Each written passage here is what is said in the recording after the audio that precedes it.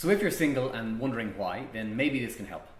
So we often get people that call us and say, I'm single because I'm far too fussy. And in that case, we would always discourage them from joining and tell them to go off and have a bit of a think about why they feel they're not ready for this. Because we fundamentally believe if they're at the business of throwing barriers in their own way and always looking at the reasons why people are not suitable for them, then they're really not ready for a relationship in the first place, and they need to go off and address why.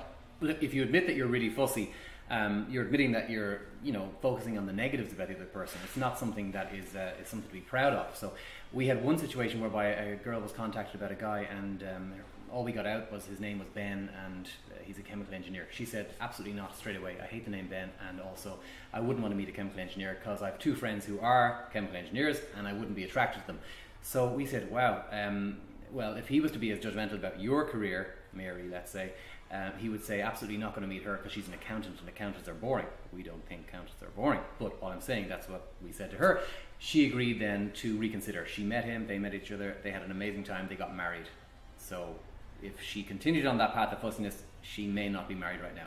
We also had a guy that contacted us, and he said he'd gone out on no less than 50 dates with women he'd met on a free dating site. He met them for coffee.